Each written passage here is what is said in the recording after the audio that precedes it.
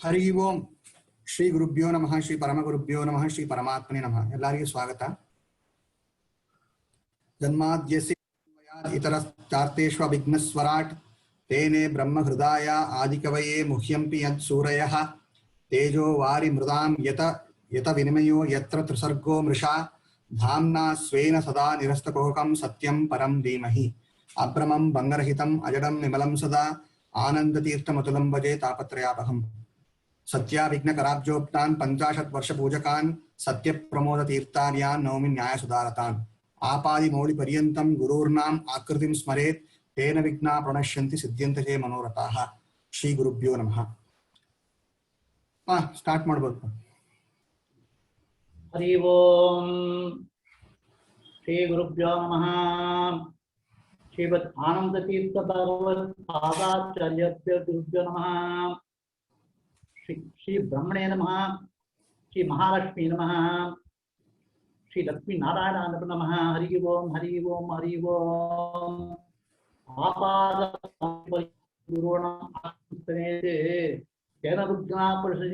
मनोरथाः. हरि ओम हरि ओम हरि ओम.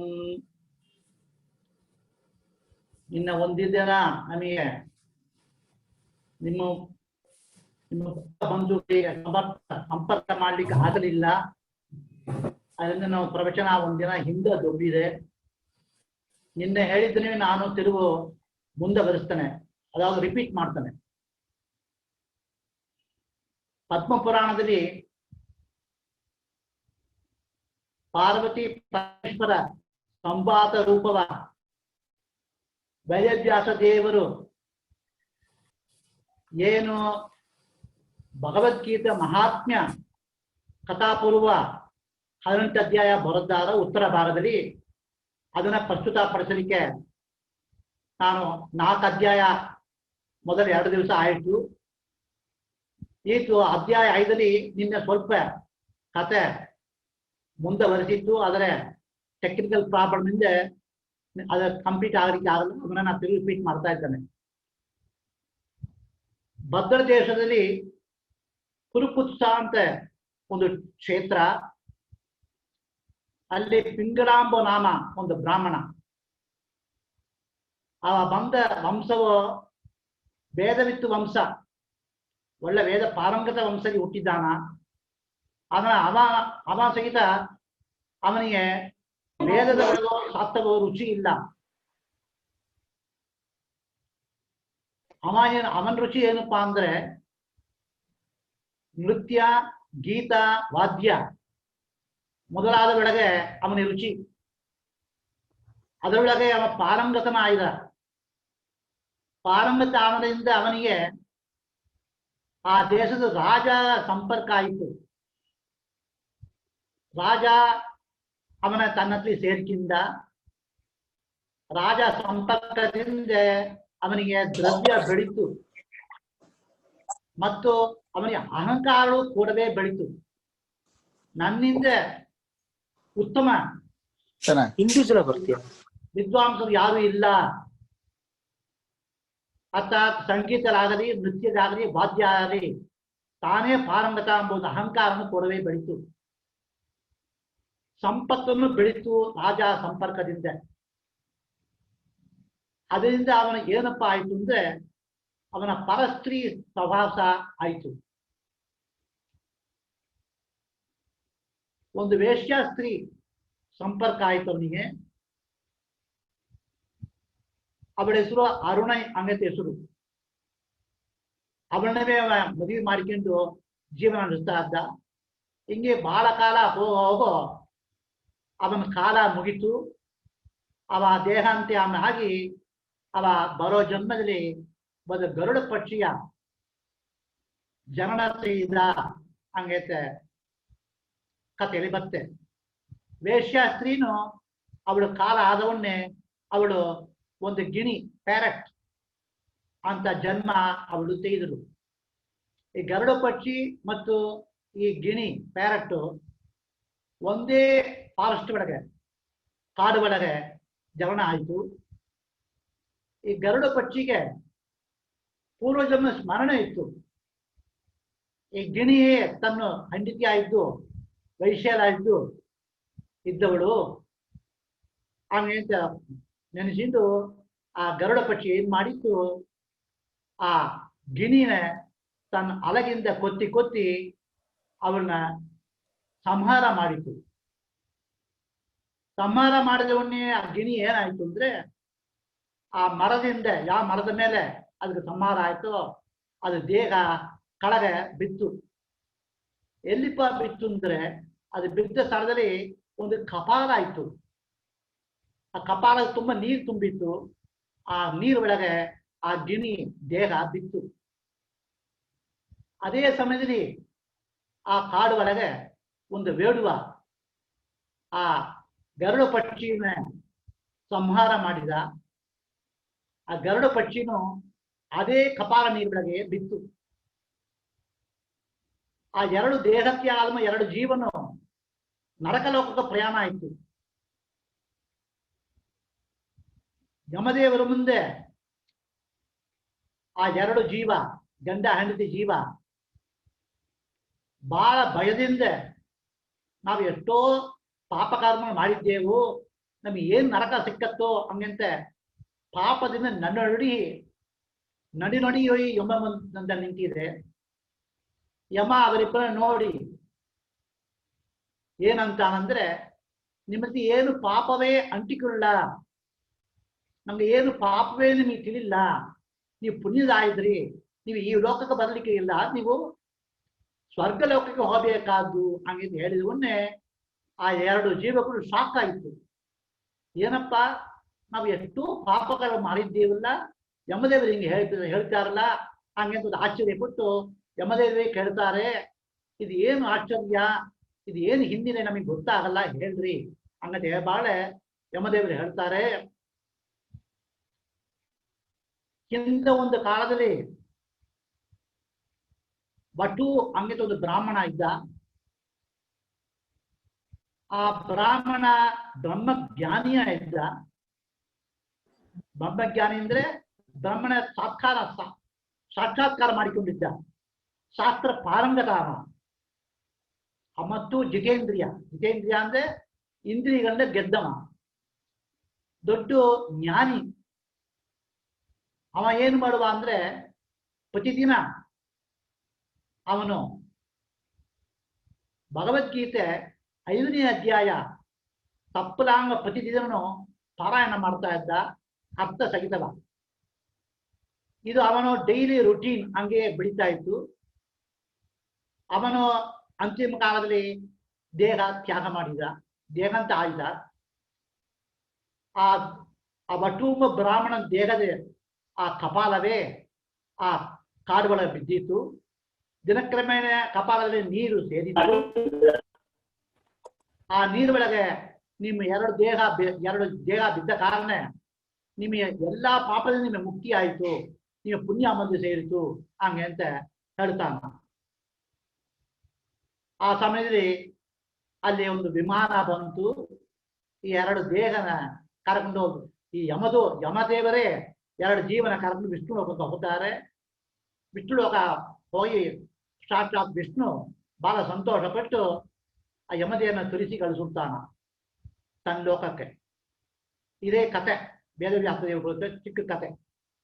ಈ ನಮಗೇನಪ್ಪ ಸಂದೇಶ ಅಧ್ಯಾಯ ಭಗವದ್ಗೀತೆ ಅಧ್ಯಾಯ 5ಕ್ಕೂ ನಿಂತ್ಕೊಂಡ್ರೆ, ಭಗವದ್ಗೀತೆ ಅಧ್ಯಾಯ 5 ಕರ್ಮ ಸನ್ಯಾಸ ಮತ್ತು ಕರ್ಮಯೋಗನ ಪತ್ತಿ ಹೇಳೋದು.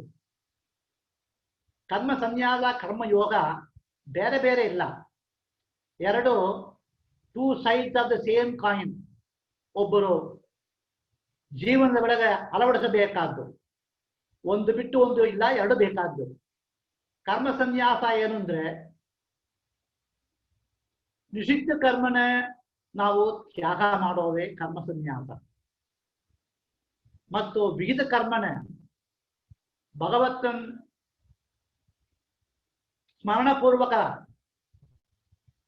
ಅವನು ಪ್ರೇರಣೆ, ಅವನ ಪ್ರೀತ್ಯರ್ಥಂ ಏನು ವಿಹಿತ ಕರ್ಮನ ಮಾಡ್ತೇವೋ ಅವನ ಸ್ಮರಣೆಯಿಂದ ಮಾಡೋದು, ಅದು ಪೂಜಾತ್ಮಕ ಮಾಡೋದು ಕರ್ಮಯೋಗ. ಈ ಕಥೆಯಿಂದ ನಮಗೆ ಏನ್ ತಿಳ್ಲಿಕ್ಕೆ ಬರುತ್ತೆ ಅಂದ್ರೆ, ಸನ್ಯಾಸಃ ಕರ್ಮಯೋಗಶ್ಚ ನಿಷ್ಠೇಯಸ್ಥ ಕರಾವುಭೌ ತಯೋತ್ ಕರ್ಮ ಸನ್ಯಾಸ ಕರ್ಮಯೋಗ ವಿಶಿಷ್ಯತೆ ಹಂಗೈತೆ. ಐದನೇ ಅಧ್ಯಾಯದಲ್ಲಿ 2ನೇ ಶ್ಲೋಕ. ಇದೇನಪ್ಪಾ ಅಂದ್ರೆ ಸಕಲ ವಿಧ ಅಲ್ಪ ಆಸೆಗಳು, ಅಲ್ಪ ಆಸೆಗಳನ್ನ ನಾವು ತ್ಯಾಗ ಮಾಡೋದೇ ಕರ್ಮ ಸನ್ಯಾಸ. ವಿಹಿತ ಕರ್ಮನೆ ನಾವು ಭಗವತ್ ಅರ್ಪಣ ಬುದ್ಧಿಯಿಂದ ಮಾಡೋದೇ ಕರ್ಮಯೋಗ. ಹಂಗೆ ಅಂತ ಇದು ಹೇಳ್ತಾರೆ. ಮತ್ತು ಪಿಂಗಳಾಂಬ ಬ್ರಾಹ್ಮಣ ಆ ಕಥೆಯಲ್ಲಿ ಬರ್ತಾನ, ಅವನ ಹೆಂಡತಿ ಅರುಣ, ಅವರಿಬ್ಬರು ಕರ್ಮ ಸನ್ಯಾಸಕ್ಕೆ ಹೋಲಿಸ್ತಾರೆ.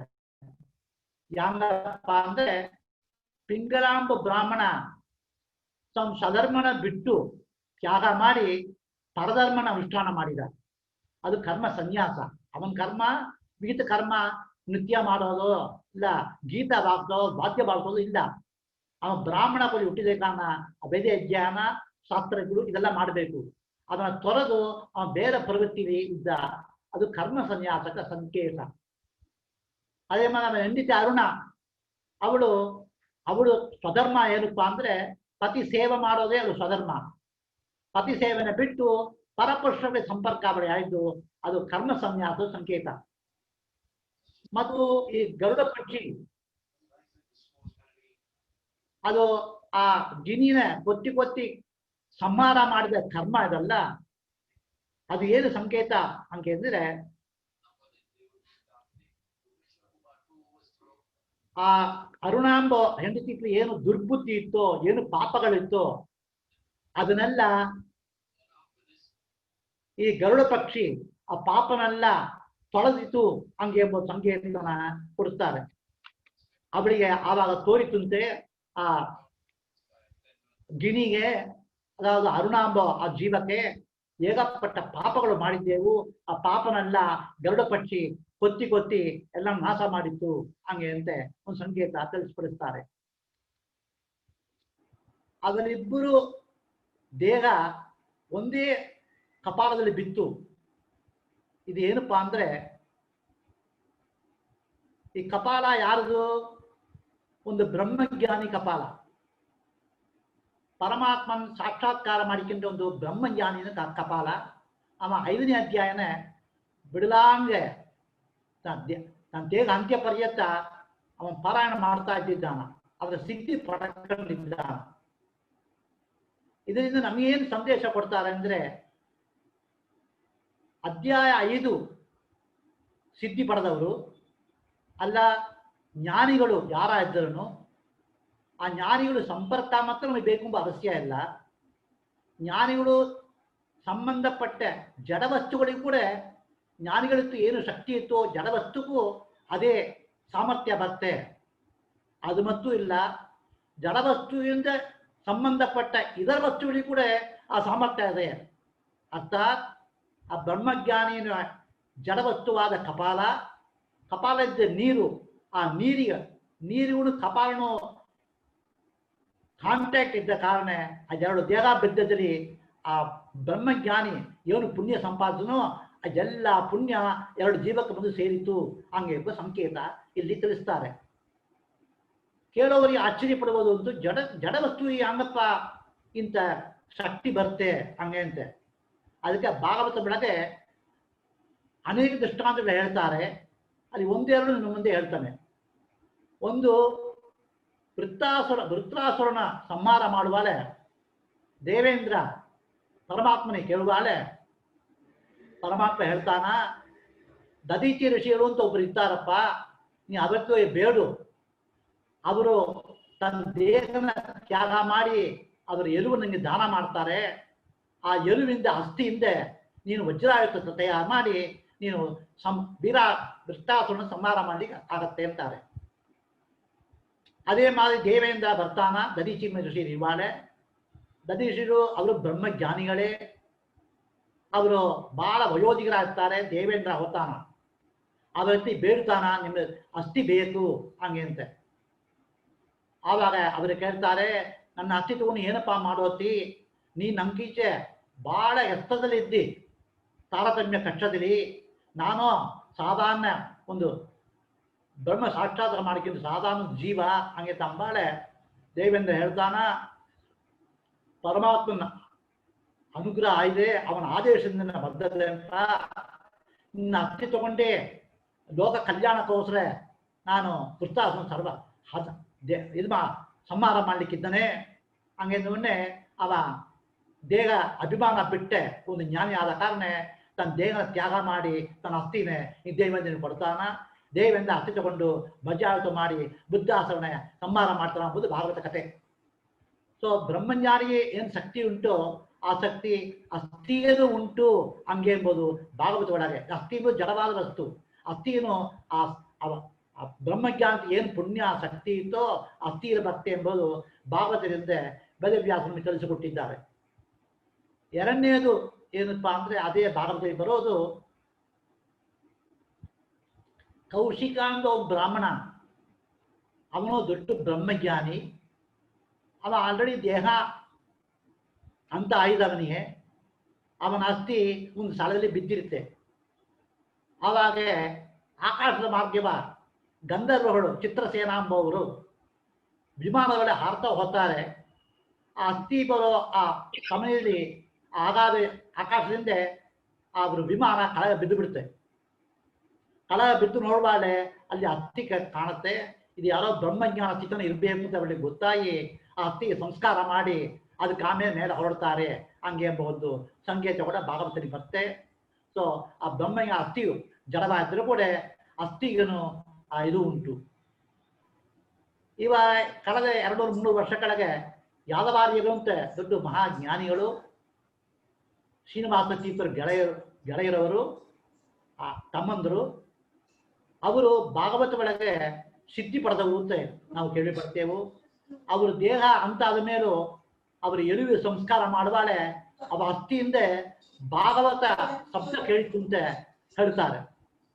ಇದರಿಂದ ಮೇನಿ ತಿರುಗ್ತಾವ ಅಂದ್ರೆ ಆ ಮಂಟ ಓಡು ಕಪಾಲಂತೆ ಎರಡು ಪ್ರಾಣಿಗಳು ಏನು ಬಿತ್ತೋ ಅದು ಪಾಪ ತೊಳೆದು ಪುಣ್ಯ ಚೊಕ್ಕಿ ತುಂಬೋದ್ರೆ ಏನು ಸಂಶಯ ಇಲ್ಲ ಅಂತ ತಿಳ್ಕೊಬೇಕು. ಮುಂದೆ 6ನೇ ಅಧ್ಯಾಯದಲ್ಲಿ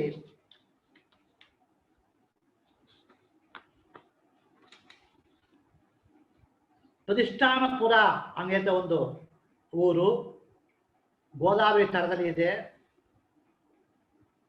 ಅಲ್ಲಿ ಒಂದು ದೇವಾಲಯ,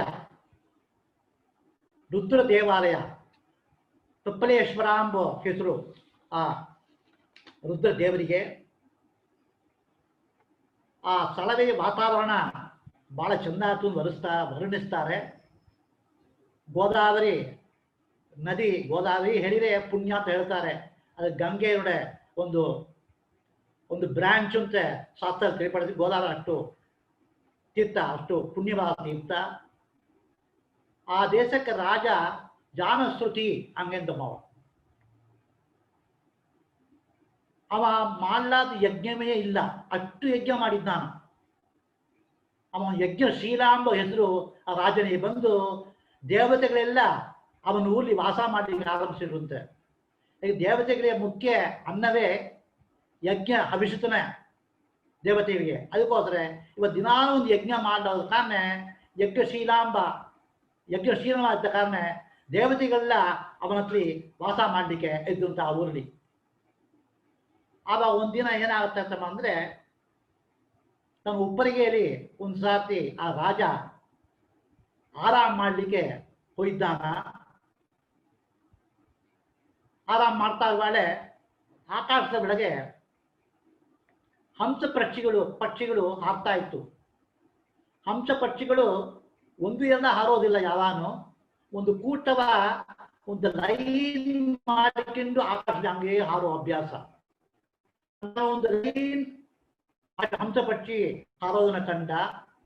ಹಂಸ ಡಿಸ್ಟೆನ್ಸ್ ಅಲ್ಲಿ ಅದೇ ಮಾದಿ ಇನ್ನೊಂದು ಲೈನು ಹಂಸ ಪಕ್ಷಿ ಹಾರೋದನ್ನ ಕಂಡ. ಮೊದಲ ಹಂಸ ಪಕ್ಷಿ ಆ ರೋ ಏನಿತ್ತು, ಆ ಲೈನ್ ಇತ್ತು, ಈ ರಾಜ ಮರಿಕಂಡನ್ನ ಕಂಡು ಅವನ ಬಿಟ್ಟು ಆ ರೂರ್ನ ಬಿಟ್ಟು ಬೇರೆ ದಾರಿಯಲ್ಲಿ ಹೋಲಿಕ್ಕೆ ಆರಂಭಿಸಿತು. ಈ ಎರಡನೇ ಹಿಂದೆ ಬಂತಲ್ಲ ಆ ಹಂಸಪಕ್ಷಿ, ಮೊದಲ ಹಂಸಪಕ್ಷಿ ನೋಡಿ ನೆಗೆದುಕೊಂಡು, ಎದಕ್ಕೆ ಹಿಂಗೆ ಈ ಊರನ್ನ ಬಿಟ್ಟು ರಾಜ ಬಿಟ್ಟು ತನಿಯ ಹೋಗ್ತೀರಿ?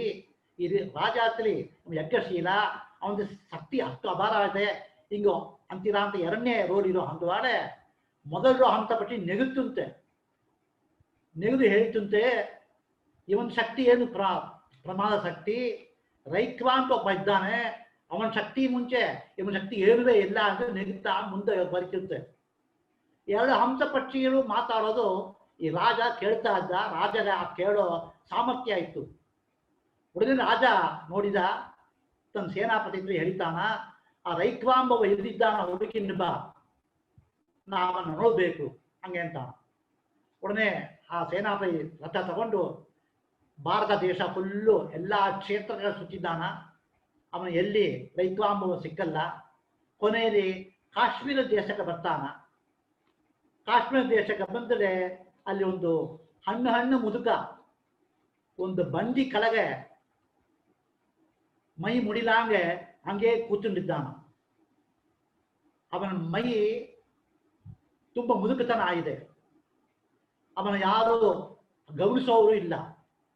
ನೋಡಿದ ಅವನು ನೋಡಿ ಅವರ ಮುಖದ ಒಳಗೆ ಒಂದು ತೇಜಸ್ಸನ್ನ ಕಂಡ. ಸೊ ಇವರೇ ರೈಕವ ಇರಬೇಕು ಅಂತ ಕನ್ಫರ್ಮ್ ಮಾಡಿಕೊಂಡು ತಿರುಗಿ ತನ್ನ ಪಟ್ಟಣಕ್ಕೆ ಬಂದ. ಜಾನುಸುತಿ ಅರಸನಿಗೆ ಹೇಳಿದ, ಇಂಥ ರೈತರನ್ನ ಕಂಡೆ, ಕಾಶ್ಮೀರ ದೇಶ ಇದ್ದಾರೆ ಅಂತ. ಉಡನೆ ರಾಜ ಏನ್ ಮಾಡಿದ, ತನ್ನ ಆ ಜ್ಞಾನಿಗೆ ಭೇಂಟ್ ಮಾಡಲಿಕ್ಕೆ ಪ್ರೆಸೆಂಟ್ ಮಾಡಲಿಕ್ಕೆ ಸಾವಿರ ಗೌಗಳು, ಮುತ್ತು ಮಾಲೆಗಳು ಮತ್ತು ಒಂದು ರಥ ಇದೆಲ್ಲ ಅವರು ಅರ್ಪಣೆ ಮಾಡಬೇಕು. ಆಮೇಲೆ ಪಟ್ಟು ಪೀತಾಂಬರ ಎಲ್ಲ ತಗೊಂಡು ಅವ್ರಿಗೆ ಸಮರ್ಪಣೆ ಮಾಡಿ ಸತ್ಕಾರ ಮಾಡಬೇಕು ಅಂತ ಮನಸ್ಸಲ್ಲಿ ನೆನೆಸಿಕೊಂಡು ಅವ ಹೊರಟೇ ಬಿಟ್ಟ ರಾಜ. ಆವಾಗ ಅಲ್ಲಿ ರೈಕ್ವಾಗ್ಲಿ ಹೋಗಿ ಎಲ್ಲ ಆ ರೈಕ್ವ ಬಂದ. ರೈಕ್ವಕ್ಕೆ ಬೇಕಾಯಿತು. ಇದನ್ನೆಲ್ಲ ಅವರೇ ಸಮರ್ಪಣೆ ಮಾಡಿದ ಒನ್ನೆ ರೈಕ್ವ ಹೇಳ್ತಾನ ಆ ರಾಜನ ನೋಡಿ, ಏ ಶೂದ್ರ ಹಂಗಿಂತ ರಾಜನ ಅಡ್ರೆಸ್ ಮಾಡ್ತಾನ. ಏ ಶೂದ್ರನೇ, ಇದೆಲ್ಲ ಏನ್ ನೀ ಮಾಡೋದು? ಇದೆಲ್ಲ ನಮ್ಗೆ ಏನು ಬೇಕಾದಿಲ್ಲ.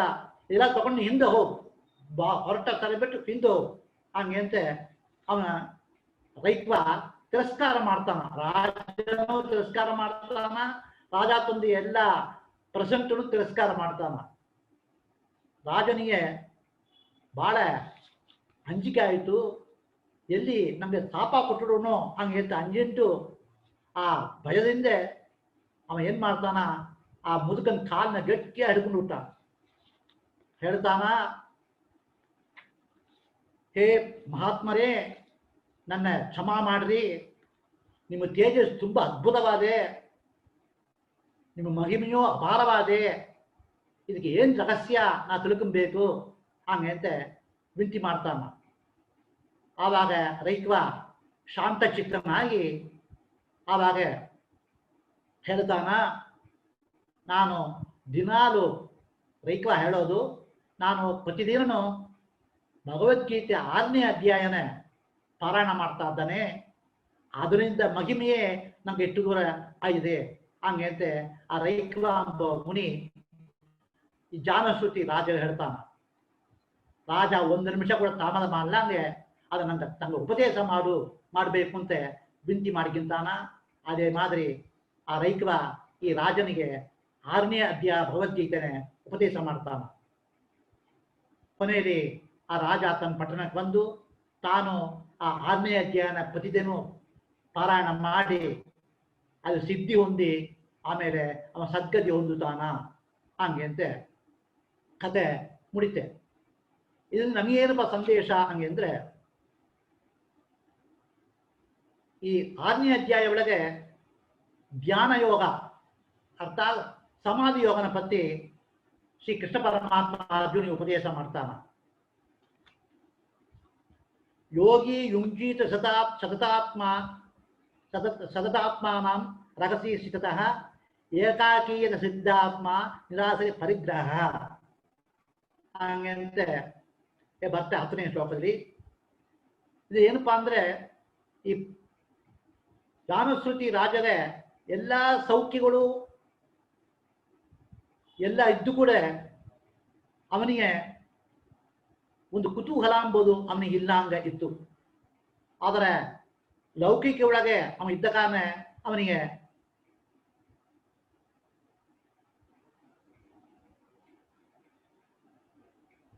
ಆದರೆ ಈ ರೈಕ್ವ ಅವನಿಗೆ ಏನು ಸುಖ ಇಲ್ಲ, ಅವನ ಏನು ಸೌಕರ್ಯಗಳಿಲ್ಲ, ಇದ್ದರೂ ಅವ ಬಾಳ ಸುಖಪಟ್ಟು ಆನಂದಮಯವಾಗಿದ್ದಾನ. ಸೊ ರೈಕ್ವ ಎಂಬ ಯೋಗಿ ಈ ಜಾನುಶ್ರುತಿಗೆ ಒಂದು ಎಕ್ಸಾಂಪಲ್ ಇದ್ದು ಎಲ್ಲ ತ್ಯಾಗ ಮಾಡಿದವನಿಗೆ ಬ್ರಹ್ಮಜ್ಞಾನ ಸಿಕ್ಕೋದು ಹಂಗೆ ತಿಳ್ಕೊಂತಾನ, ಹಂಗೆ ಒಂದು ಸಂದೇಶ ಇವರು ನಮಗೆ ಕೊಡ್ತಾರೆ. ಈ ಕಾಶ್ಮೀರ ದೇಶ ಏನು ಕಥೆಗಳ ಬಂತೋ, ಕಾಶ್ಮೀರ ದೇಶ ಎಂಬುದು ಸಾಕ್ಷಾತ್ ಸರಸ್ವತಿ ದೇವಿ ಜನ್ಮಸ್ಥಾನ ಅಂತ ನಮಗೆ ತಿಳಿಯಪಡಿಸ್ತಾರೆ.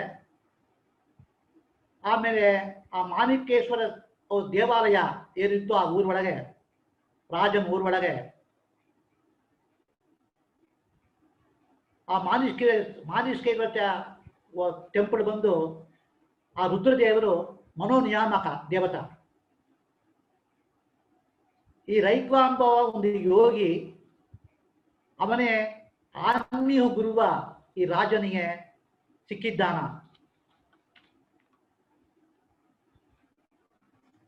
ತತ್ರ ತಂ ಬುದ್ಧಿ ಸಂಯೋಗಂ ಲಭತೆ ಪರ್ವದೇಹಿಕಂ ಯದತೆ ಚ ತಥೋ ಭೂಯಃ ಸಂಸಿದ್ದು ಕುರು ನಂದನಃ. ಹಂಗಂತೆ ಈ ಶ್ಲೋಕದಲ್ಲಿ 43ನೇ ಶ್ಲೋಕದಲ್ಲಿ ಇದಕ್ಕೆ ಹೋಲಿಸ್ತಾರೆ. ಆ ರೈಕ್ವ ಎಂಬ ಯೋಗಿಯೇ ಆತ್ಮೀಯ ಗುರುವ ಇದ್ದಾನ. ಸೊ ಇದು ಒಂದು ನಮಗೆ ಜ್ಞಾನ ಬರಬೇಕು, ಅದರಿಂದ ನಮಗೆ ಪುಣ್ಯ ಬರಬೇಕು ಅಂದರೆ ಗುರುಮೂಲ್ಯವೇ ನಾವು ಹೋಗಬೇಕು ಎಂಬುದು ಸಂದೇಶ ಇಲ್ಲಿ ತಿಳಿಯಪಡಿಸ್ತಾರೆ. ಯೋಗ ಭ್ರಷ್ಟನ ಇದ್ದ,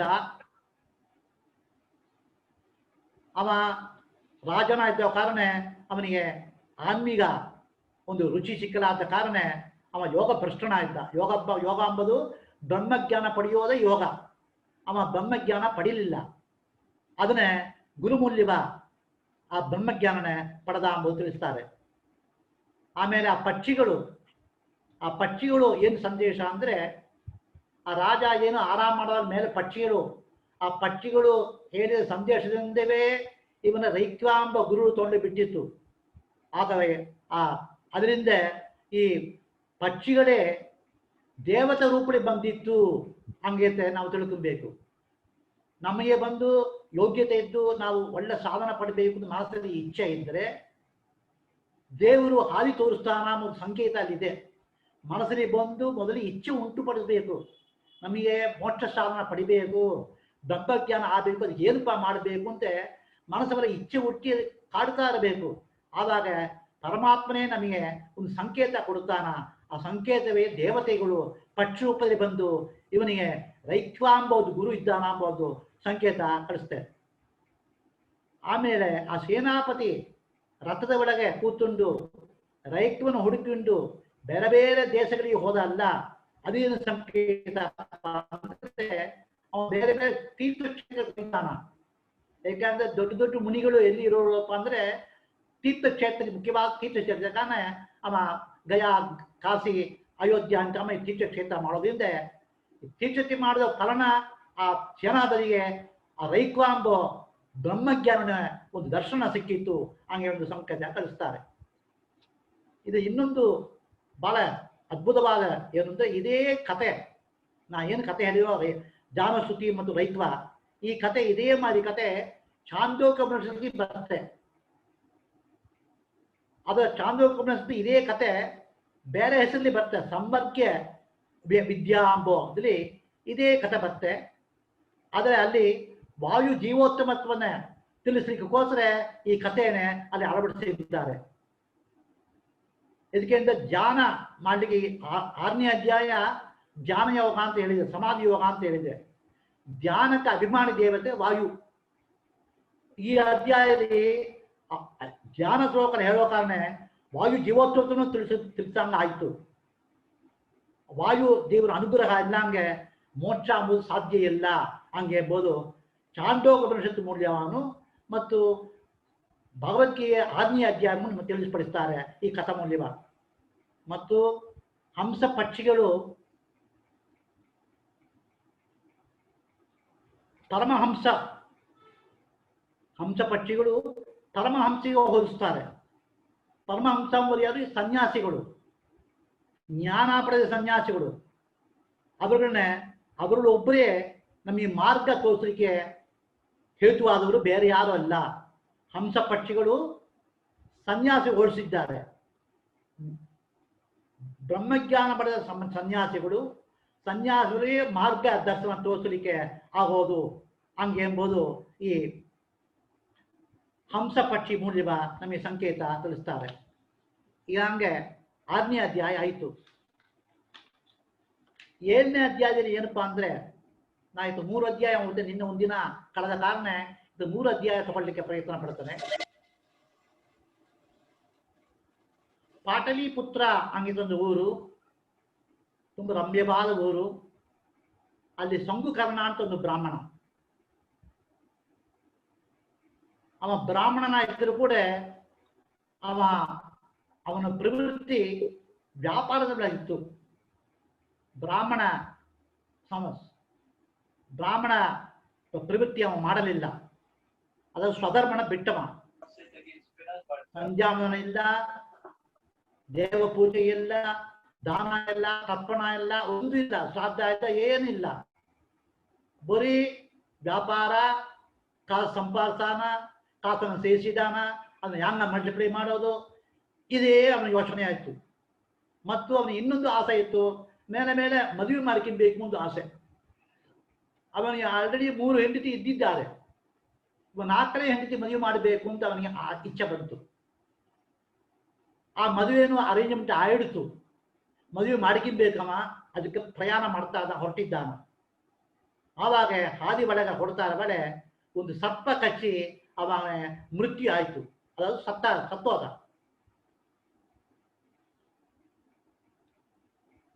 ಏನೇನು ಔಷಧಗಳು ಕೊಟ್ಟರು ಕೂಡ ಅವನ ಬದುಕಿಸಲಿಕ್ಕೆ ಮುಡಿಲ್ಲ. ಅವನ ಕೊನೆಯಲ್ಲಿ ಅವನ ಜೀವ ಅವನ ದೇಹನ ಬಿಟ್ಟು ಹೋಯಿತು. ಅವನಿಗೆ ಬಾಲವರ್ಷ ನರಕದ ಒಳಗೆ ಇದ್ದುಟ್ಟು ಅವ ಮರೋ ಜನ್ಮ ಸರ್ಪವೇ ಅವ ಜನ್ಮ ತೇದ. ಸರ್ಪವೇ ಜನ್ಮ ತೇದ್ರು ಕೂಡ ಅವನ ಪೂರ್ವ ಜನ್ಮ ಸ್ಮರಣೆ ಇತ್ತು ಹಂಗಂತೆ ಬರೀತಾರೆ.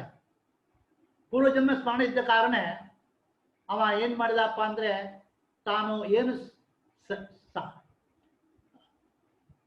ಕಾಸು ಹಣನೇ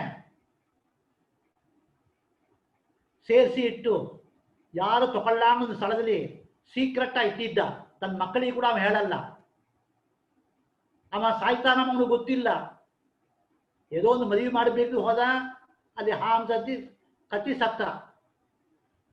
ಅದರಿಂದ ಅವ ಹಣ ಸೇರಿಸಿ ಒಂದು ಸ್ಥಳದಲ್ಲಿ ಇಟ್ಟಿದ್ದಾನ, ಸೀಕ್ರೆಟ್ ಆಗಿ ಇಟ್ಟಿದ್ದಾನ, ಒಂದು ಮಣ್ಣಲ್ಲಿ ತೋಂಡಿ ಪುದಯ ಮಾಡಿ ಇಟ್ಟಿದ್ದಾನ ಎಂಬ ಸಮಾಚಾರ ಅವನ ತಪ್ಪ ಬೇರೆ ಯಾರಿಗೂ ಫ್ಯಾಮಿಲಿಗೆ ಗೊತ್ತಿಲ್ಲ. ನಡುವೆ ಅವ ಸತ್ಯ ಹೋದ. ಇವಾಗ ಮರುಜನ್ಮದಲ್ಲಿ ತಪ್ಪ ತಗೊಂಬಾಳೆ ಪೂರ್ವಜನ್ಮ ಸ್ಮರಣ ಬಂದ ಕಾರಣ ಎಲ್ಲಿ ಅವ ಆ ಬೆಲ್ಟ್ನ ಪೊದೆಯನ್ನ ಇಟ್ಟಿದ್ದಾನೋ ಆ ಸ್ಥಳಕ್ಕೆ ಹೋಗಿ ಆ ಪೊದೆಯನ್ನ ಕಾಪಾಡಿಸೋ ಒಂದು ಧರ್ಮನ ಮಾಡ್ತಾ ಇದ್ದಾನ. ಆದರೆ ಅವನಿಗೆ ಕಾಡ್ತಾ ಇತ್ತು, ಹೋದ ಜನ್ಮದ ನಮಗೆ ವ್ಯರ್ಥ ಆಯಿತು, ಈ ಜನ್ಮದಲ್ಲಿ ನಾವು ಸೇರಿಸಿಟ್ಟ ಪೊದೆಯನ್ನ ನಾವೇ ಕಾಡ್ತಾ ಇದ್ದೀವಿಲ್ಲ, ನಮಗೆ ಬೇರೆ ಏನು ತರಗತಿ ಸದ್ಗತಿ ಹಂಗಪ್ಪ ಹೊಂದೋದು ಹಂಗೆ ಅಂತ ಅವನಿಗೆ ಚಿತ್ತ ಬಂದು ಕಾಡ್ತಾ ಇತ್ತು. ಆವಾಗ ಅವರಿಗೆ 3 ಮಕ್ಕಳು ಇದ್ರು. 3 ಮಕ್ಕಳು ಸ್ವಪ್ನದ ಒಳಗೆ ಮುಂದೆ ಹೇಳ್ತಾನ, ಇಂಥ ಮಾದರಿ ನಾನು ನಿಮ್ಮ ತಂದೆಯಾರುವಾಳೆ ಹಣನ ಸೇರಿಸಿ ಇಟ್ಟು ಒಂದು ಸ್ಥಳದಲ್ಲಿ ಮುತ್ತು ರತ್ನಗಳನ್ನ ಪೊದೆಯಲ್ಲಿ ಮಾಡಿ ಇಟ್ಟಿದ್ದೇನೆ, ಅದನ್ನ ತೆಗೆದು ನೀವು ದಾನ ಧರ್ಮ ಎಲ್ಲ ಕಾರ್ಯ ಮಾಡಿ ನನ್ನ ಸದ್ಗತಿ ಉಂಟು ಮಾಡಬೇಕು ಹಂಗೆ ಅಂತ ಸ್ವಪ್ನದಲ್ಲಿ ಅವನು ಹೇಳ್ತಾರೆ. 3 ಮಕ್ಕಳಲ್ಲಿ ಮೊದಲ ಮಗ ಏನ್ ನಡೆಸ್ತಾನಪ್ಪ ಅಂದ್ರೆ, ಯಾಂಗಾರು ತಮ್ಮ ತಂದೆಗೆ ಹೇಳ್ತಾನೆ, ನಾನು ಸರ್ಪ ರೂಪದಿದ್ದೇನೆ, ನಾ ಯಾವ ಸ್ಥಳದಲ್ಲಿ ಇದ್ದೇನೋ ಆ ಸ್ಥಳದಲ್ಲಿ ನೀವು ಭೂಮಿ ತೊಗೊಂಡ್ರೆ ನಿಮಗೆ ಆ ಪೊದೆಯಲ್ಲಿ ಸಿಕ್ಕತ್ತೆ ಅಂತ ಹೇಳ್ತಾನ. ಆ ಮೊದಲ ಮಹಾ ನೆನೆಸ್ತಾನ ತಂದೆ ಹಂಗಾರು ಸರ್ಪದಿಂದ ಮುಕ್ತಿ ಮಾಡ್ಲಿಕ್ಕೆ ಏನ್ ಮಾಡ್ಬೇಕು ಹಂಗೆಂತ ನೆನೆಸ್ತಾನ. ಇನ್ನೊಂದು ಮಹಾ ಕೊನೆಯ ಮಹಾ ಮೂರನೇ ಮಹಾ ನೆನೆಸ್ತಾನ, ಅಯ್ಯೋ ಪಾಪವೇ ತನ್ನ ತಂದೆ ಸರ್ಪದಿಂದ ಜನ್ಮದಿಂದ ಕಷ್ಟಪಡ್ತಾ ಇಲ್ಲ ಅಂತ ತುಂಬಾ ಕಷ್ಟಪಡ್ತಾನ. ಅವನ ಮಧ್ಯಲಿರೋ ಮಹಾ ಇದ್ದಾನಲ್ಲ ಅವ ಏನ್ ನಡೆಸ್ತಾನ, ಅವನ ಹೆಸರು ಶಿವ ಅಂತ ಹೆಸರು. ಅವನ ವಿಚಾರ ಬೇರೆ ಮಾದಿ ಇರುತ್ತೆ. ಏನಪ್ಪಾ ಅಂದ್ರೆ ಯಾಂಗಾರೋ ಪದವಿಯಲ್ಲಿ ಫುಲ್ಲು ತಗೊಂಡು ನಾವೇ ಅನುಭವಿಸ್ಬೇಕು ಎಂಬ ಒಂದು ಎಣ್ಣೆ ಅವನಿಗೆ ಬರುತ್ತೆ. ತನ್ನ ಹೆಂಡತಿ ಬಂದು ತಿಳ್ಕೊಂಡು ಬಾ 2 ಮಕ್ಕಳು 2 ಅಣ್ಣ ತಮ್ಮಂದ್ರು ನೋಡ್ಲಾಂಗ್ ಸೀಕ್ರೆಟ್ ಹೋಗಿ ಆ ಪದವಿಯಲ್ಲಿದ್ದ ಸಹ ಅಪ್ಪನಿಗೆ ಕಂಡಿದ್ದಾನಲ್ಲ, ಆ ಸ್ಥಳಕ್ಕೆ ಹೋಗಿ ಪೊದೆಯನ್ನ ತೆಗಿಬೇಕು ಅಂತ ರಾತ್ರಿ ಸಮಯದಲ್ಲಿ ಗಂಡ ಹೆಂಡತಿ ಇಬ್ರು ಹೋಗ್ತಾರೆ. ಆ ಸರ್ಪ ಅವರ ಉತ್ಸುತ್ತೆ, ಅಂಜಿಸುತ್ತೆ, ಅವನ ಮಾಡ್ಲಿಕ್ಕೆ ಬಿಡೋದಿಲ್ಲ. ಆವಾಗ ಹೇಳ್ತಾರೆ, ಏ ಸರ್ಪವೇ, ನೀನೇ ನನಗೆ ಸ್ವಪ್ನದಲ್ಲಿ ಬಂದು ಹೇಳಿದ್ದಿ, ಅದಕ್ಕೋಸ್ಕರ ನಾನು ಈ ಪೊದೆಯನ್ನ ತೇಲಿಗೆ ಬಂದಿದ್ದೇನೆ ಹಂಗೆ ಅಂತ ಹೇಳ್ತಾನ ಆ ಮಹ. ನಿಮ್ಗೆ ಮುಕ್ತಿ ಹೊಂದಲಿಕ್ಕೆ ಮಾಡ್ತಾನೆ, ಈ ಪೊದೆಯನ್ನ ತಗೊಳ್ಳಿಕ್ಕೆ ನಂಗೆ ಏನು ಬೇಕು ಅಮ್ಮ, ನಂಗೆ ಹಾದಿ ಬಿಡ್ರಿ ಅಂತಾನ. ಆವಾಗ ಅಂತಾನ, ಆಯ್ತುಪ್ಪ, ನೀ ಪೊದೆಯಲ್ಲಿ ತಗೋ, ನೀ ಮಾಡ್ಬೇಕಾದ ಏನೊಂದು ಹೇಳ್ತಾನೆ ಕೇಳು. ನೀ ತೀರ್ಥಯಾತ್ರೆ ಹೋಗ್ಬೇಕು, ದಾನ ಮಾಡಬೇಕು, ತಪಸ್ ಮಾಡಬೇಕು, ಯಜ್ಞ ಮಾಡಬೇಕು, ಇದೆಲ್ಲ ಏನಿದ್ರು ಕೂಡ ನಂಗೆ ಮುಕ್ತಿ ಆಗುದು. ನನ್ನ ಪಾಪ ಅಷ್ಟು ಮಾಡಿದ್ದೇನೆ. ಆದರೆ ಗೀತೆ 7ನೇ ಅಧ್ಯಾಯ ಯಾರು ಪಾರಾಯಣ ಮಾಡಿ ಸಿದ್ಧಿ ಪಡಿತಾರೋ ಅವರೇ ನನ್ನ ಪಾಪನ ಕಳೆಯಲಿಕ್ಕೆ ಸಾಮರ್ಥ್ಯ ಉಳ್ಳವರು. ಅದಕ್ಕೋಸ್ಕರ ನೀ ಏನಪ್ಪಾ ಮಾಡ್ಬೇಕಂದ್ರೆ, ನಂಗೆ ಶ್ರಾದ್ದ ದಿನ ಯಾವಾಗ ಬರ್ತೋ ಆವಾಗ ಗೀತೆ 7ನೇ ಅಧ್ಯಾಯ ದಿನಾಲು ಪಾರಾಯಣ ಮಾಡ್ತಾರೋ ಯಾರದ್ದು ಹುಡುಕಿ ಆ ಬ್ರಾಹ್ಮಣನ ಕರೆದು ಅವರಿಗೆ ಬೇಕಾದ ಸತ್ಕಾರ ಮಾಡಿ ಅವರಿಗೆ ಅನ್ನ ಪಾನದಲ್ಲಿ ಕೊಟ್ಟು ನೀವು ಮಾಡಿದ್ರೆ ನಂಗೆ ಮುಕ್ತಿ ಆಗತ್ತೆ ಅಂತೆ ಆ ಸರ್ಪ ಒಬ್ಬ ಆ ಶಿವನ್ ಮಗನಿಗೆ ಹೇಳ್ತಾರ. ಇದನ್ನು ತಿಳ್ಕೊಂಡು ಇವನು ಕೂಡ ಸೇರಿಕೊಂಡು ಅದೇ ಮಾದರಿ ಮಾಡೋಣ ಹಂಗೆ ಅಂತೆ ಆ ಪದೆಯನ್ನು ತಗೊಂತಾರೆ. ಆ ಸರ್ಪಕ್ಕೆ ಆ ಸರ್ಪ ಜನ್ಮ ತೀರಿತು. ಆ ಸರ್ಪ ಅಲ್ಲಿಯೇ ಸತ್ತು ಬಿದ್ದುಬಿಡುತ್ತೆ ಹೇಳ್ಬಿಟ್ಟು. ಅದರಿಂದ ಪದೆಯನ್ನು ತಗೊಂತಾರ 3 ಜನ. ಆ 3 ಅಣ್ಣ ತಮ್ಮಂದ್ರು ಆ ಹಗಲಿಂದ ಏನಪ್ಪಾ ಮಾಡ್ತಾ ಅಂದ್ರೆ ಬಾವಿ ಬೆಟ್ಟೋದು ಮತ್ತು ಕೊಳ, ಟ್ಯಾಂಕು, ಯಜ್ಞ ಆದಿಗಳು, ಆಮೇಲೆ ದೇವಾಲಯನೂ ಕೂಡ ಕಟ್ಟಿಸ್ತಾರೆ. ಅಪ್ಪನ ಹೆಸರಲ್ಲಿ ದೇವಾಲಯ ಕಟ್ಟಿಸ್ತಾರೆ ಅಂತ ಮಾಡಿ ಶ್ರದ್ಧೆಯನ್ನು ಮಾಡಿ ಕೊನೆಯಲ್ಲಿ ಆ 7 ದಿನ ತನ್ನ ತಂದೆ ಹೇಳಿದಂಗೆ 7ನೇ ಅಧ್ಯಾಯ ಭಗವದ್ಗೀತೆ ಮಾಡಿದೆ ಬ್ರಾಹ್ಮಣ ಕೂರಿಸಿ ಸತ್ಕಾರ ಮಾಡುವಾಲೆ ಅದರಿಂದ ಆ ಬ್ರಾಹ್ಮಣ ಸಂಗುಕರ್ಣ ಬ್ರಾಹ್ಮಣ ಸದ್ಗತಿ ಹೊಂದಿದ ಹಂಗೆ ಅಂತ ಈ ಕಥೆಯನ್ನು ಮುತ್ತಾಟ ಮಾಡ್ತಾರೆ. ಈ ಕಥೆಯಿಂದ ನಮಗೇನಪ್ಪ ಸಂದೇಶ 7ನೇ ಅಧ್ಯಾಯ ಅಂದ್ರೆ, ಈ 7ನೇ ಅಧ್ಯಾಯ ಜ್ಞಾನ ವಿಜ್ಞಾನ ಯೋಗ.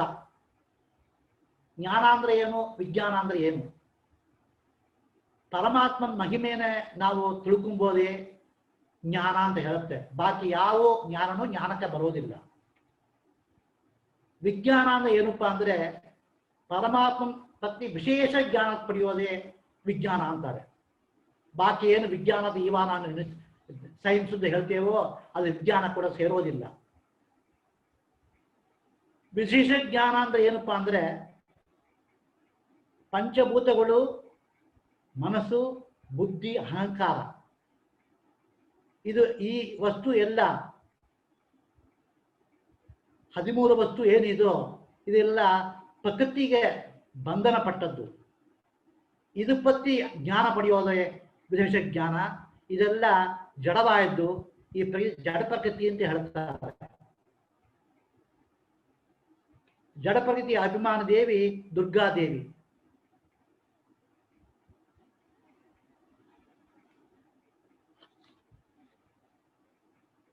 ಈ ಪಂಚಭೂತಗಳು ಏನುಂಟೋ ಅದು ನಾವು ಜ್ಞಾನ ಪಡೆದರೆ ಅದೇ ಅಪರ ವಿದ್ಯಾ ಅಂತ ಹೇಳಿಸುತ್ತೆ. ಜಡ ಪ್ರಕೃತಿನ ಪತ್ತಿ ನಾವು ತಿಳ್ಕೊಬೋದು ಪರವಿದ್ಯಾ. ಪರಮಾತ್ಮ ಇವರಿಬ್ಬರಿಗೂ ಅತೀತವಾಗಿರುವ ಪರಮಾತ್ಮ. ಅವ ಪರತರ, ಪರ ಬಂದು ಅಭಿಮಾನಿ ದೇವತೆ ಮಹಾಲಕ್ಷ್ಮಿ, ಜಡ ಪ್ರಕೃತಿಗೆ ಅಭಿಮಾನ ದೇವತೆ ಮಹಾಲಕ್ಷ್ಮಿ. ಆ ಮಹಾಲಕ್ಷ್ಮಿನೂ ಪರತರ, ಪರ ಮಹಾಲಕ್ಷ್ಮಿ, ಅವರಿಗೆ ಮೇಲೆ ಪರಮಾತ್ಮ. ಹಂಗೆ 6ನೇ ಶ್ಲೋಕದಲ್ಲಿ ತಿಳಿಸಿಕೊಡ್ತಾರೆ, ಅಹಂ ಕೃಷ್ಣಸ್ಯ ಜಗತಃ ಪವತಃ ಪ್ರಯಸ್ಥತ. ಹಂಗೆ ಅಂತ 7ನೇ ಅಧ್ಯಾಯದಲ್ಲಿ ಕೃಷ್ಣ ಪರಮಾತ್ಮ ಅರ್ಜುನ ಹೇಳ್ತಾನ. ಮತ್ತು ಬ್ರಹ್ಮಾದಿ ಚೇತನರಿದ್ದಾರಲ್ಲ, ಬ್ರಹ್ಮ ರುದ್ರ ಆದಿ ಚೇತನಗಳು ಅವರು ಅವರಗಳು. ಮತ್ತು ಮುಕ್ತರು ಇವೆಲ್ಲ ಜೀವರಗಳು. ಬ್ರಹ್ಮ ಚೇತನ ಇವೆಲ್ಲ ಜೀವರಗಳು, ಮುಕ್ತರು ಜೀವರಗಳು. ಮುಕ್ತರನ್ನ ಪರಮಹಂಸ ಅಂತ ಹೇಳ್ತಾರೆ. ಇದೆಲ್ಲ ಏನಪ್ಪ ಅಂದ್ರೆ ಅದಾದ ಜಡ ಪ್ರಕೃತಿ, ಬ್ರಹ್ಮಾದಿ ಚೇತನಗಳು, ಮುಕ್ತರುಗಳು ಇವರೆಲ್ಲ ಪರಮಾತ್ಮನಿಂದ ಅವರಗಳು. ಅವರಗಳಂದ್ರೆ ದೇ ಆರ್ ಜೂನಿಯರ್ಸ್. ಇವರೆಲ್ಲ ಸೇರಿ ಪರಮಾತ್ಮ ಅಧೀನ. ಪರಮಾತ್ಮ ಒಂದೇ ಸ್ವಾತಂತ್ರ್ಯ ತತ್ವ. ಬಾಕಿ ಬ್ರಹ್ಮಾದಿ ಮಲ್ಕೊಂಡು ಬಾಕಿ ಎಲ್ಲರೂ ಮುಕ್ತರು ಸಹಿತ, ಮಹಾಲಕ್ಷ್ಮಿ ಸಹಿತ ಎಲ್ಲ ಅಶ್ವತಂತ್ರಗಳು ಹಂಗೆ ಅಂತ ಹೇಳಿಕೊಡ್ತಾರೆ. ಮತ್ತು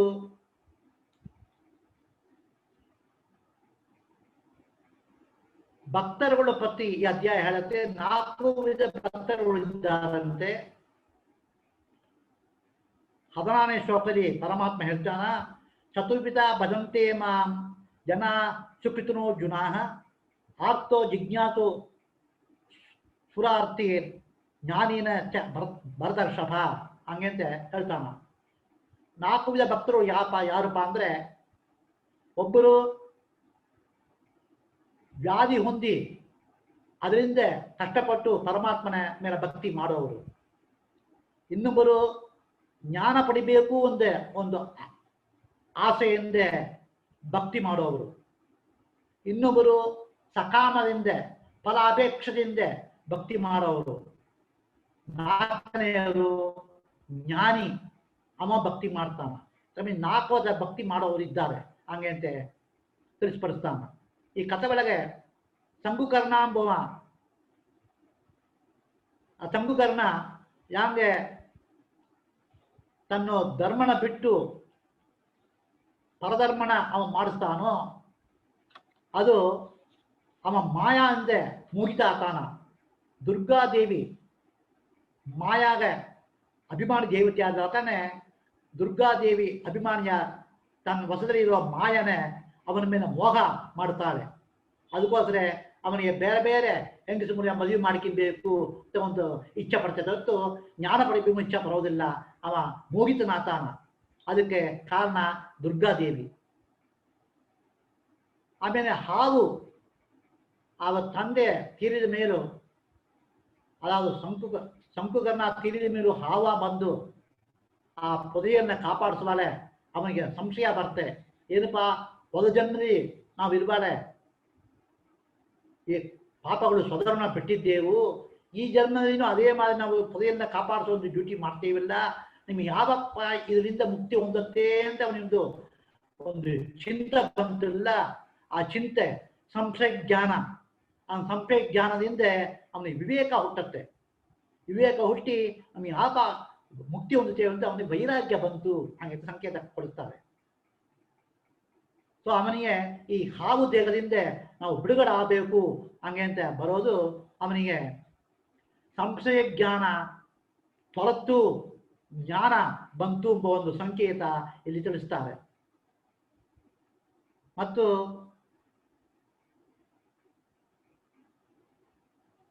ಈ ಬ್ರಾಹ್ಮಣ ತನ್ನ ಮಕ್ಕಳಿಗೆ 7ನೇ ಅಧ್ಯಾಯ ಯಾರು ಸಿದ್ಧಿ ಒಂದು ದಿನಾಲು ಪಾರಾಯಣ ಮಾಡ್ತಾರೋ ಅವರಿಗೆ ನನ್ನ ಶ್ರಾದ್ದ ದಿನ ಭೋಜನ ಮಾಡಿಸು, ನಂಗೆ ಮುಕ್ತಿ ಆಗ್ತದೆ ಹೇಳ್ತಾನಲ್ಲ, ಅದೇ ಪರತತ್ವ ಹಂಗೆ ಸಂಕೇತ. ಪರತತ್ವ ಸಂಕೇತನವೇ ಈ ಸ್ಥಳದಲ್ಲಿ ತಿಳಿಸ್ತಾರೆ.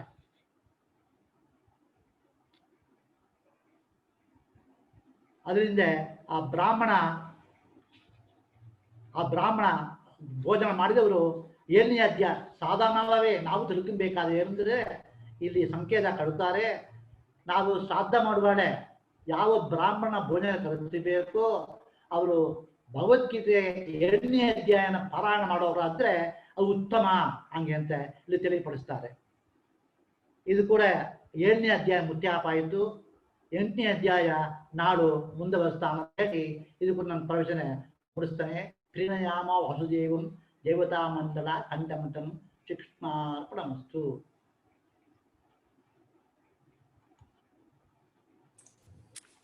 ಯಾರ್ಯಾರು ಏನೋ ಪ್ರಶ್ನೆ ಇದ್ರೆ ಕೇಳಬಹುದು.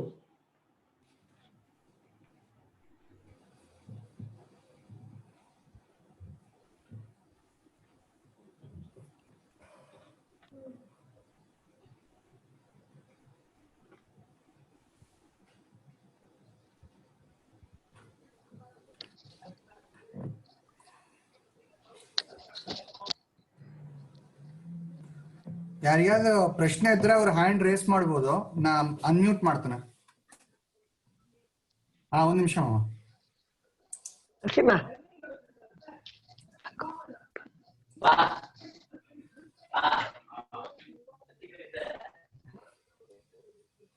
ಅಮ್ಮ, ನೀವು ಅನ್ಮ್ಯೂಟ್ ಮಾಡ್ರಿ. ನೀವು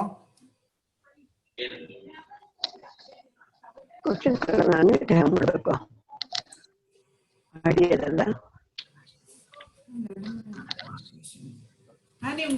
ನೀವು ಅನ್ಮ್ಯೂಟ್ ಮಾಡಿ. ನಾ ಎಲ್ಲಾರ್ದು ಅನ್ಮ್ಯೂಟ್ ಮಾಡಿಬಿಟ್ಟಿದ್ದೇನೆ. ಆಯ್ತಾ? ಹೇಳ್ರಿ. ನಮಸ್ಕಾರ. ಇವತ್ತು ವ್ಯಾಖ್ಯಾನ ಸುಲಭವ, ಮನಸ್ಸಿಗೆ ಹಿತವ ಇತ್ತು. ಒಂದು. ಎರಡನೇದು ನಂಗೆ ಇನ್ನೂ ಒಂದು ಸಂದೇಹ, ಒಂದು ರಿಕ್ವೆಸ್ಟ್ ಎರಡದ. ಒಂದು ಬಂದು ಗಾಯತ್ರಿ ಕೋಟಿ ಮಾಡ್ಲಿಕ್ಕೆ ಪ್ರಯತ್ನ ಮಾಡಿ ಲಕ್ಷ ಸಂಕಲ್ಪ ಮಾಡಿ ಇವತ್ತೊಂದು ತೇದಿವರೆಗೂ 80,000 ಮುಗಿಸಿದ್ದನ. ಇದನ್ನ ನಾ ಪ್ರಯಾಣ ಕಾಲದಲ್ಲಿ ಮಾಡುವಾಗ ಗಾಯತ್ರಿ ಜಪ ಅಂದ್ರೆ ಸಿಲ ಬಂದ್ರೆ ಓಂಕಾರ ಮಾಡಬಾರದು ಅಂತ ಹೇಳ್ತಾರ. ಸಿಲ ಬಂದ್ರೆ ಮಾಡಿರ ಕೂತನು ಮಾಡಿರ ಏನ್ ತಪ್ಪಿಲ್ಲ ಅಂತ ಹೇಳ್ತಾರ. ಈ ಪ್ರಶ್ನೆ ಸತ್ಯಾತ್ಮಕ ಸ್ವಾಮಿಲಿ ಉತ್ತರ ಕೊಟ್ಟಿದ್ದಾರೆ. ಗಾಯತ್ರಿ ಜಪ ನಮ್ಮ ಹತ್ರ ಅಂತ ಮಾಡ್ಲಿಕ್ಕೆ ಇಲ್ಲ. ಈ ರಾಮಕೃಷ್ಣ ಜಪಗಳನ್ನ ಮಾಡಬಹುದು. ಸರಿ. ಗಾಯತ್ರಿ ಜಪಕ್ಕೆ ಏನು ವಿಹಿತವ ಹೇಳಿದ್ದಾರೋ ಅದೇ ಮಾಹಿತಿ ಮಾಡಬೇಕು. ಪ್ರಯಾಣ ಕಾಲದಲ್ಲಿ ಮಾಡ್ಲಿಕ್ಕಿಲ್ಲ. ಸರಿ, ಆಯ್ತು. ಎರಡನೇದು 1960 ಓನ್ಲಿಯೋ 62 ನಿಮ್ಮ ಮಾಮಗಳು ಚೆನ್ನಕೇಶವ ಪೆರುಮಾಳ್ ಗುಡಿ ಒಳಗೆ ವಾದ ಮಾಡಿರು. ಪ್ರತಿವಾದಿ ಭಯಂಕರ ಮಣ್ಣಂಗರಾಚಾರ್ಯೋಡ ಅವ ವಾದ ಮಾಡವಳ ಗೀತೆಲ್ಲ ಹೇಳಿಟ್ಟು ಕೊನೆಯಲ್ಲಿ ಉತ್ತಮ ಗೀತೆನ ಹೇಳಿ ಒಂದು ಪ್ರಚನ ಕೊಟ್ರು. ಅದ್ರಲ್ಲಿ ಗೆದ್ದರು. ಅವ್ರು ಗೆದ್ದು ಒಳ್ಳೆ ಹೆಸರು ತೆಗೆದ್ರು. ಇದು ನಂಗೆ ಚೆನ್ನಾಗಿ ಜ್ಞಾಪಕ ಅದ. ನಾ ಅದನ್ನ ಅಟೆಂಡ್ ಮಾಡಿದ್ದೇನೆ. ಇವಾಗ ನೀವು ಇದು ಮುಗಿಸಿದ ಮೇಲೆ ಉತ್ತಮ ಗೀತೆ ದಾನವೇ ಹೇಳೋದಿಲ್ಲ ಅಂತ ದಯವಿಟ್ಟು ನೀವು ಹೇಳಬೇಕು ಅಂತ ಹೇಳ್ಬಿಟ್ಟು ನಾವು ಪ್ರಾರ್ಥನೆ. ಬಹಳ ಸಂತೋಷ. ನನ್ನ ಮನಸ್ಸಲ್ಲಿ ಇದು ಇತ್ತು. ಈ ಭಗವದ್ಗೀತೆ ಮಹಾತ್ಮೆ ಮುಡಿದು ಬಿಡ್ತೀಯ. ನಾ ಏನ್ 30 ದಿವಸ ನನ್ನ ಪ್ರೋಗ್ರಾಮ್ ಇದೆ. ಸರಿ. 30 ದಿವಸದಲ್ಲಿ ಭಾಗವತನು ಟಚ್ ಮಾಡ್ಬೇಕು ಅಂತ ಇದ್ದೇನೆ. ಉದ್ದವ ಗೀತೆ ಭಾಗವತದಲ್ಲಿ ಬರೋ ಒಂದು ಅಂಗ. ಸರಿ. ಅದಕ್ಕೋಸ್ಕರ ಅವಶ್ಯವಾಗಿ ನಾವು ಟಚ್ ಮಾಡ್ತೇವೆ. ಉದ್ದವ ಗೀತೆ ಅವಶ್ಯ ನೀವು ಹೇಳಿದ ತಾನೆ ಆ ಪ್ರಶ್ನೆ ಹೇಳ್ತಾ ಹೋಗ್ತೀನಿ. ಬಹಳ ಸಂತೋಷ. ಆಯ್ತು, ನಮ್ಮ ಪ್ರಚನೆ ಆಯ್ತು.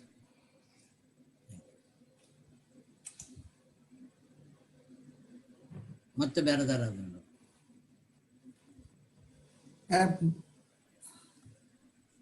ಆಯ್ತು ಗುರು.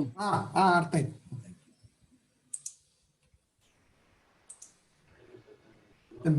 ಬೆಂಗಳೂರಿಂದ ಕೇಳಬೇಕು ಅಂತ ಇಷ್ಟಪಡ್ತಾ ಇರ್ತಾರ. ಒಂದ್ ನಿಮಿಷ ನೀವು ಅನ್ಮ್ಯೂಟ್ ಮಾಡಿಕಲ್ರಿ.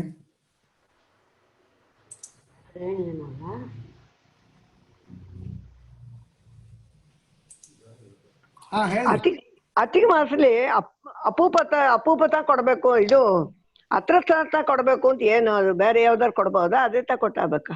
ಅದು ಯಾಕೆ ಕೊಡ್ಬೇಕು? ಅದು ಅಪೂಪದಾನ ಒಂದು ದಾನದ ಕೂಡ ಸೇರಿತ್ತು.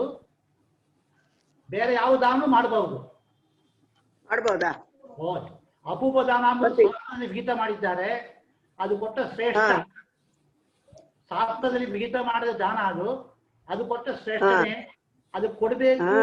ಬೇರೆ ದಾನೂ ಹೇಳಿದ್ದಾರೆ. ಬೇರೆ ದಾನ ಮಾಡಬಹುದು. ಸಾಧಾರಣ ಎಲ್ರು ಅಪೂಪತ ಕೊಡ್ತಾರೆ. ಅಪೂಪದ ಭಗವತಿ ದೇವತೆಗಳು ಸಾನ್ನಿಧ್ಯ ಆವಾಗನ ಮಾಡಿ ಕೊಡ್ತೇವೆ. 33 ದೇವತೆಗಳು ಆವಾಹನ ಮಾಡಿ ಕೊಡ್ತೇವೆ. ಒಂದು ಅಪೂಪದಲ್ಲಿನೂ 33 ದೇವತೆಗಳು ಇರ್ತಾರೆ. ಅದರ ಆವಾಹನ ಮಾಡಲಿಕ್ಕೆ ಮಂತ್ರಗಳೆಲ್ಲ ಇದೆ. ಅದೆಲ್ಲ ಮಾಡಿ ಆಮೇಲೆ ದಾನ ಕೊಟ್ಟರೆ ಶ್ರೇಷ್ಠ ಅಂತೆ ಬಿಗಿತವಾದ ದಾನ ಅದು. ಅದು ಕೊಡ್ಲಿಕ್ಕೆ ಮುಂದೆ ಅದು ಬೇರೆ ದಾನ ಹೇಳಿದ್ದಾರೆ. ಮಠದಲ್ಲಿ ಮಾಡ್ತಾರೆ, ಇಲ್ಲಿ ಮಠದಲ್ಲಿ ಮಾಡಕ್ ಕೊಡ್ತೇವೆ ನಾವು. ಯಾಕೆ ಮಾಡ್ಬೇಕು, ಬೇರೆ ಯಾಕೆ ಬೇರೆ ಯಾವ್ದು ಮಾಡ್ಬಾರ್ದು ಅಂತ ಕೇಳಿದ. ಅದಕ್ಕೆ ನಂಗೆ ಗೊತ್ತಿದ್ದು ಎಲ್ಲರೂ ಅಪೂಪತ್ತ ಕೊಡ್ತಾರೆ, ಅದಕ್ಕೆ ಕೇಳೋದು. ಅದು ಶ್ರೇಷ್ಠತೆ, ಅದು ಬಂದು ಬಿಗಿತವಾದ ದಾನ, ಬಿಗಿತವಾದ ದಾನ ಅದು. ಹಾ, ಥ್ಯಾಂಕ್ ಯು ಥ್ಯಾಂಕ್ ಯು.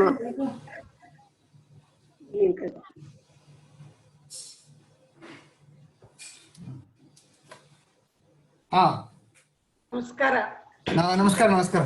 ಹೇಳಿ ಕೇಳಿ. ನನ್ನ ಹತ್ರ ಇವಾಗ ಒಂದು ಅತಿಗ ಮಾಸ ಅಂತ ಒಂದು ಬುಕ್ ಒಂದು ಲಾಸ್ಟ್ ಇಯರ್ ಯಾರೋ ಕೊಟ್ಟಿದ್ದಿದೆ. ಅದ್ರಲ್ಲಿ ರೇಡಿಯತೆ ಕೇಳಿದ್ರೆ ಅಪೂಪು ದಾನ ಪತಿ ಕೇಳಿದ್ದಾರಲ್ವಾ, ಅದ್ರಲ್ಲಿ ನಿಮ್ಮ ಅಪ್ಪ ಹೇಳಿದ ಮಾರಿ ಆ 33 ದೇವತೆಗಳು ಅದ್ರಲ್ಲಿ ಅಪೂಪು ದಾನದಲ್ಲಿ ಬರ್ತಾರಂತೆ.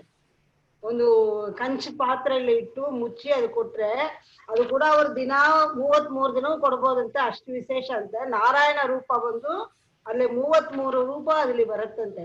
ಅದಕ್ಕೋಸ್ಕರ ಇರೋದೇ ಶ್ರೇಷ್ಠವಾದ ದಾನ ಅಪೂಪು ದಾನ ಅಂತ ಅದು ಹಾಕಿ ಒಂದು ಬುಕ್ಲಿ ಅದು 33 ನಾಮಗಳು ಅದ್ರಲ್ಲಿ ಬಂದಿದೆ. ಏನೇನ್ ನಾಮಗಳು ಅನ್ನೋದು 33 ಏನಂದ್ರೆ ಆದಿತ್ಯರು, ಏಕಾದಶ ರುದ್ರಗಳು, ಅಷ್ಟ ವಸುಗಳು, ಅಶ್ವಿನಿ ಕುಮಾರಗಳು, ಆಗ ಮತ್ತೆ 33 ತಾತ್ಪರ್ಯ. ಅದ ಭಗವತ್ ರೂಪಗಳು ವಿಷ್ಣು, ಜಿಷ್ಣು, ಮಹಾವಿಷ್ಣು ಅದನ್ನು ಉಂಟು. ಭಗವತ್ ರೂಪ ಈ ದೇವತೆಗಳೆಲ್ಲ ಭಗವಂತನ ಅಧೀನ ನಾಮಗಳು ಬಂದಿದೆ.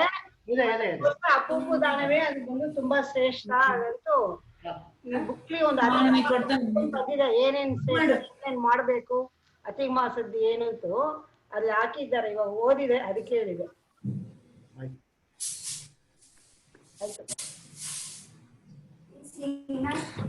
ಆ ಬುಕ್ಲಿ ಅಷ್ಟವಶುಗಳು, ಏಕಾದಶ ರುದ್ರಗಳು, ದ್ವಾದಶ ಆದಿತ್ಯರು ಎಲ್ಲ ಹೆಸರು ಬರೆದಿದ್ದಾರಲ್ಲ ಅದ್ರಲ್ಲಿ. ನಾ ಯಾಕಂದ್ರೆ ಒಬ್ರಿಗೆ ವಾಟ್ಸ್ಆಪ್ ಕಳಿಸಿದ್ದೇನೆ, ಅದಕ್ಕೆ ನಿಮ್ಗೆ ಬೇಕು ಅಂತ ನಾನು ನಿಮ್ಗೆ ಸಪರೇಟ್ ಆಗಿ ಕಳಿಸ್ತೇನೆ. ಬರೆದಿದ್ರೆ ಓಕೆ. ಅಲ್ಲಿ ಇದೆ, ಎಲ್ಲ ಇದೆ, ಆ ಬುಕ್ಲಿ ಎಲ್ಲ ಇದೆ. ಬೇರೆ ಯಾರಿಗಾದ್ರು ಏನಾದ್ರು ಪ್ರಶ್ನೆಗಳು ಉಂಟಾ? ಇವತ್ತನ್ನ ಕತೆ ಬಗ್ಗೆ ಏನಾದ್ರು ಪ್ರಶ್ನೆ ಉಂಟಾ? 6ನೇ ಅಧ್ಯಾಯ, 7ನೇ ಅಧ್ಯಾಯ, 5ನೇ ಅಧ್ಯಾಯ ಅದ್ರ ಪத்தி ಏನಾದ್ರು ಜ್ಞಾನ ಯೋಗ, ಸಾಧನ ಯೋಗ ಪத்தி ಮಾತಾಡಿದ್ದು, ಅದ್ರ ಪத்தி ಏನಾದ್ರು ಡೌಟ್ಸ್ ಇದ್ರೆ ಹೇಳ್ಬೋದು, ಕೇಳ್ಬೋದು.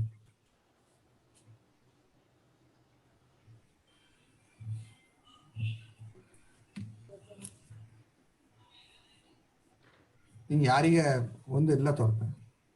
ಸೊ ನಿಮ್ಮೆಲ್ಲ ಪರ್ಮಿಷನ್ ಇದ್ರೆ ಇವತ್ತಿನ ಪ್ರವಚನ ಮುಕ್ತಾಯ ಮಾಡ್ತಾಂ. ಬೇರೆ ಯಾರಿಗೆ ಒಂದು ಇಲ್ಲ ಅಂತ ನಾನು ಅನ್ನಿಸ್ತೇನೆ. ಸೊ ಯಾರಿಗ ಇದ್ರೆ final they can raise the hand, I can unmute them.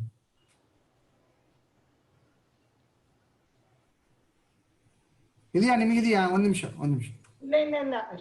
ಇಲ್ಲ Chennai they want to ask.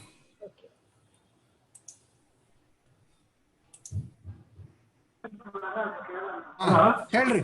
ಹೇಳ್ರಿ. ಡೌಟ್ ಏನಿಲ್ಲ. ಇನ್ನ ಇದಕ್ಕೆ ಇವತ್ತು ಫುಲ್ ಕಾಂಪನ್ಸೇಟ್ ಮಾಡಿ ಕ್ಲಿಯರ್, ಕ್ರಿಸ್ಟಲ್ ಕ್ಲಿಯರ್ ಆಯ್ತು. ಏನು ಡಿಸ್ಟರ್ಬೆನ್ಸ್ ಇಲ್ಲ. We all enjoy the all profession very clearly, very happy today. Very clear. Thank you. The credit goes to your alaya. ನಾಹಂ ಕರ್ತಾ ಅದೇ. ಸೊ ಇವತ್ತು ಮುಕ್ತಾಯ ಮಾಡ್ತಾಂ. ಯಸ್ಯ ಸರ್ವಗುಣ ಸಂಪೂರ್ಣಃ ಸರ್ವದೋಷ ವಿವರ್ಜಿತಾಃ ಪ್ರೀತಯಾಂ ಪ್ರೀತಯೇವಾಲಂ ವಿಷ್ಣುರ್ಮೇ ಪರಮ ಸುಹೃತ್. ಶ್ರೀಕೃಷ್ಣಾರ್ಪಣಮಸ್ತು. ಹೇಳ್ಬಿಟ್ಟು